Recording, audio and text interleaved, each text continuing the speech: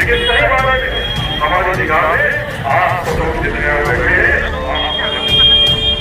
आप हमारे प्रत्याशी और एक ये मत हमें प्रत्याशी बन गए, हमें अपना बनना है, हमें कुछ लोग और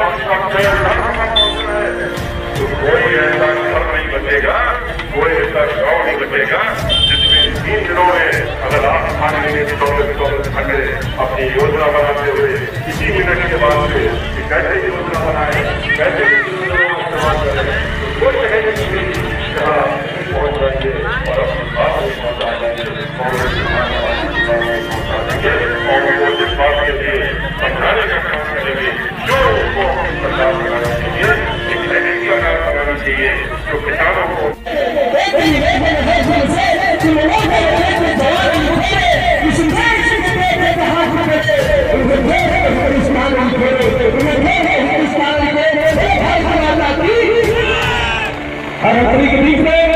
महासचिव हम लोग के कार्यक्रम के मुख्य अतिथि, हम सब के नेता बहुजन समाज पार्टी के राष्ट्रीय महासचिव माननीय मिश्रा जी आ चुके। सम्मानित साथियों, मैं चाहूंगा कि अब समाज के सम्मान में, समाज के सम्मान में बीएसपी की क्या पहचान, बीएसपी की क्या पहचान, बाबा साहब अमर रहे, बाबा साहब अमर रहे, मानव काशीराम साहब अमर रहे, मानव काशीराम साहब अमर रहे। बहुजन समाज पार्टी जिंदाबाद, बहुजन समाज पार्टी जिंदाबाद।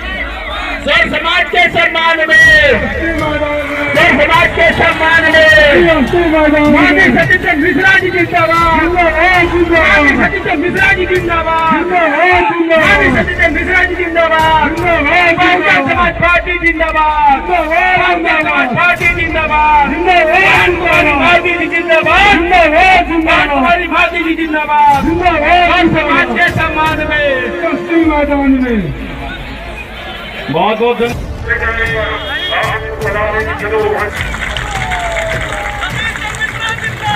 जिंदाबाद,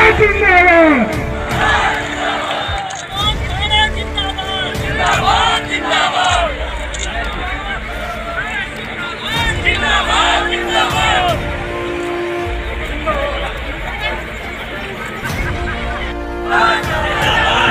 बहुजन समाज पार्टी के सभी सम्मानित नेतागण,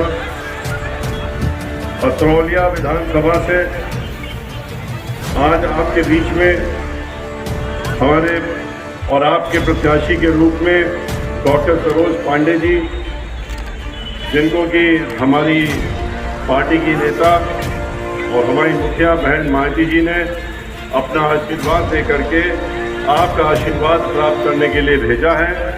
और जिस तरीके से आज यहाँ पर इतनी भारी संख्या में माताएं और बुजुर्ग और हमारे साथी लोग आए हैं, पुरुष लोग आए, तो ये लगता है कि अब की बार आप लोग पत्रौलिया से इतिहास बनाने का काम करने जा रहे हैं और डॉक्टर सरोज पांडे जी को इतने भारी मतों से जिताएंगे कि इनके जो विरोधी लोग हैं उनकी जमानत जब्त करा करके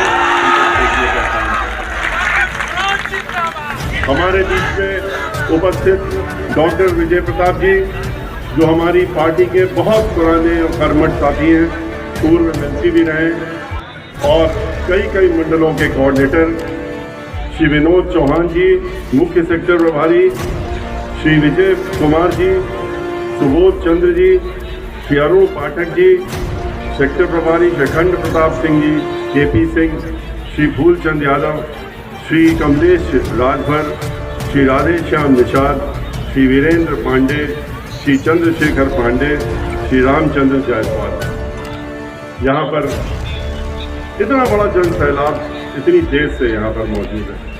हम लोग आने में थोड़ा विलम्ब इसलिए क्योंकि कुछ और मीटिंगें भी थी करते हुए हैं, लेकिन हमें जिस तरीके से आज पूरे उत्तर प्रदेश में, जहाँ 10 फरवरी से चुनाव शुरू हुआ और हम लोग पूरे प्रदेश में घूमते हुए आपके बीच में आ रहे हैं, एक तरफा वोट बहन मायावती जी के लिए हाथी के निशान पर और ये निश्चित रूप से हो चुका है ये प्रदेश के लोगों ने निश्चित कर लिया अब तक कि उत्तर प्रदेश में 10 मार्च को पूर्ण बहुमत की सरकार बनने जा रही है बहुजन समाज पार्टी की, और बहन मायावती जी उसकी 5वीं बार मुख्यमंत्री बनेंगी।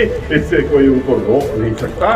ये भी नहीं, जो संकल्प लेकर के हम लोग निकले थे पूरे प्रदेश में, 23 जुलाई को हमने अपना कार्यक्रम शुरू किया था 75 जिलों का, और उस समय हमारे जितने भी समर्थक थे हर मीटिंग में 75 जिलों में हम लोग गए।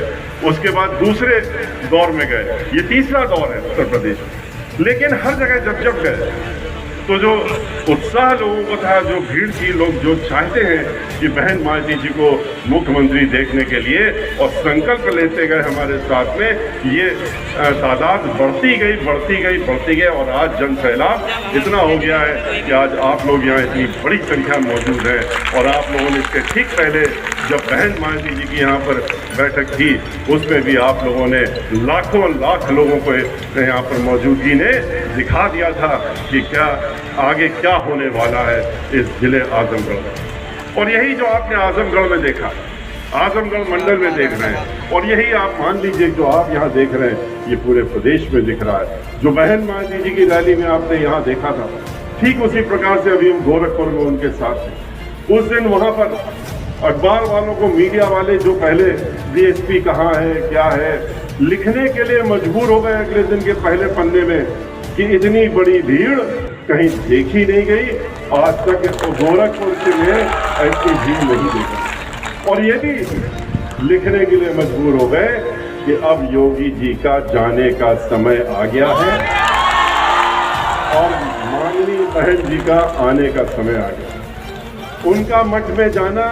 उतना ही निश्चित है वापस, जितना ये निश्चित आज हो चुका है कि बहन मायावती जी को मुख्यमंत्री बनना है 10 तारीख को, जितना निश्चित ये हो चुका है। भाइयों, आज क्यों लोग ऐसा विचार बना रहे हैं? क्योंकि लोग परेशान हो चुके हैं। लोगों ने उत्तर प्रदेश के हालात देख लिए, 10 साल से देख रहे हैं। उसके पहले 5 साल बहन मायावती जी की सरकार देखी थी, उनके पास तो तीनों सरकारें देखने के लिए हो गई। ये तो है नहीं कि एक सरकार देखी, दूसरी अभी देखनी बाकी है। उन्होंने एक एक करके तीनों देख ली। समाजवादी पार्टी की 2 बार देखी, 2003 से 7 देखी, जब भारतीय जनता पार्टी वालों ने उनकी सरकार बनवाने का काम किया था। ये तो पूरा देश जानता है कि भारतीय जनता पार्टी ने 2003 में उनकी सरकार बनवाई थी। उनकी कोई सरकार बन नहीं सकती, उनके ना गिनती थी, ना इतने विधायक थे। लेकिन कांग्रेस पार्टी ने समर्थन दे करके और भारतीय जनता पार्टी ने उनकी सरकार बनवाने का काम किया। एक गैर असंवैधानिक निर्णय लेकर के उनके तत्कालीन अध्यक्ष जो थे भारतीय जनता पार्टी विधानसभा के, उन्होंने 37 MLA बहुजन समाज पार्टी के गलत तरीके से, गैर कानूनी तरीके से, संवैधानिक तरीके से इस उतावलेपन में कि भारतीय जनता पार्टी की जो निर्णय था उस समय कि किसी प्रकार से समाजवादी पार्टी की सरकार बनवा दी जाए, उन्होंने वो निर्णय दिया था। वो बात दूसरी है कि उस निर्णय को हम लोगों ने उच्च न्यायालय में और फिर सर्वोच्च न्यायालय में ले गए। उच्च न्यायालय में भी हम जीते और सर्वोच्च न्यायालय में पूरी कोशिश कर ली थी उस समय श्री मुलायम सिंह यादव जी ने और भारतीय जनता पार्टी के लोगों ने। देश के सबसे बड़े से बड़े वकील 37 वकील खड़े किए थे, 37 MLA 37 वकील कि किसी तरह से बच जाए, उनका ये आदेश बच जाए। लेकिन हमारी नेता, हमारी मुखिया बहन मायावती जी ने हमारे ऊपर अकेले विश्वास किया और हमें उन्होंने उन 37 लोगों के विरोध में खड़ा करा उच्चतम न्यायालय में। और अंत में जो निर्णय हुआ, पूर्ण पीठ का निर्णय आया। 5 जजेस ने सुप्रीम कोर्ट के पूर्ण संवैधानिक पीठ ने निर्णय दिया और देने पे उन्होंने क्या निर्णय दिया? उन्होंने इस बात की घोषणा की कि ये जो आदेश था असंवैधानिक था, ये सरकार असंवैधानिक है और गलत तरीके से उतावलेपन में किसी तरीके से भारतीय जनता पार्टी की जो सोच थी कि समाजवादी पार्टी की सरकार बन जाए, चाहे वो गलत तरीके से बन जाए, उन्होंने बनवाने का काम किया। और फिर आपने देखा कि 3 से 7 में किस तरीके से उत्पात मचाया समाजवादी पार्टी की सरकार ने, ठीक उसी प्रकार से जैसे 12 से 17 में किया। वो तो जब भी आते हैं तो एक ही आते ही क्या पूरे प्रदेश को मालूम हो जाता, पूरे देश को मालूम हो जाता कि समाजवादी पार्टी की सरकार आ गई। क्यों? क्योंकि उनके शपथ लेते ही पूरे प्रदेश में अराजकता फैल जाती है। गुंडागर्दी, माफियागर्दी, डकैती, फिरौती, लूटमार, बलात्कार, हर दंगे फसाद, हर चीज शुरू हो जाती है और मालूम पड़ जाता है कि समाजवादी पार्टी की सरकार आ गई। बलात्कार की ऐसी घड़ी लग जाती है जैसे लगता है कि उनको फिर क्या कहते हैं, उनके मुखिया क्या कहते हैं। जब प्रश्न उठाते हैं लोग, जो विपक्षी लोग प्रश्न उठाते हैं, मीडिया के लोग उठाते हैं, क्या हो रहा है इनकी सरकार में, ये हर पन्ने में